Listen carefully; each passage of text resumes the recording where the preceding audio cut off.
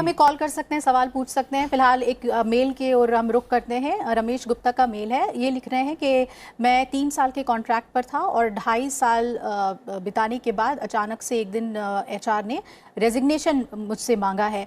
मैं जानना चाहता हूँ कि मुझे टर्मिनेशन लेटर लेना चाहिए या मुझे रिज़ाइन कर देना चाहिए। फिलहाल मैं छुट्टी पर हूँ।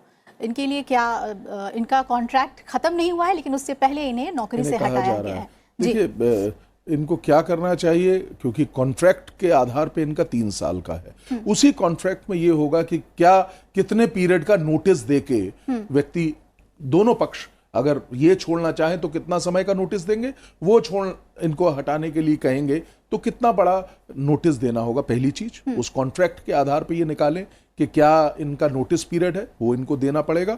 और क्या कारण है उनको निकालने का। अकस्मात फोर्सफुली नहीं निकाला जा सकता।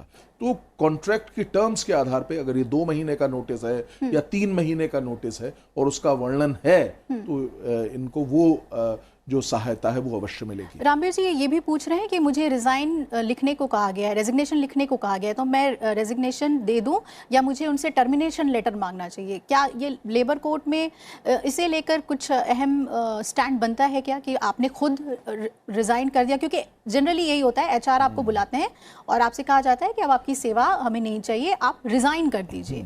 तो इसमें कुछ टेक्निकल है क्या जो मदद कर सकती है हमारे दर्शकों को?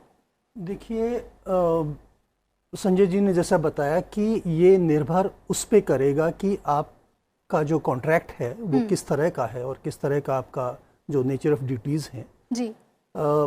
अगर आप खुद से इस्तीफ़ा दे देते हैं, खुद से रिज़ाइन कर देते हैं, इसका मतलब दोनों पार्टीज़ में कर्मचारी और एम्प्लॉयर के बीच में एक सहमति है कि मैं अपनी मर्जी से त्यागपत्र दे रहा हूँ।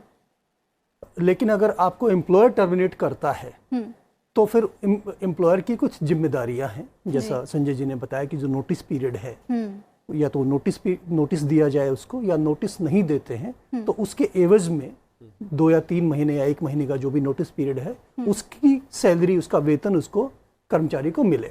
तो जैसा हमने कहा कि कॉन्ट्रैक्ट में आपका नोटिस पीरियड कितना है, उसमें क्या वर्णित है, उसके आधार पे ये इसका निर्णय होगा। यानी डिमांड नोटिस जो है वो एक एम्प्लॉय का अधिकार है, वो मांग सकता है जी।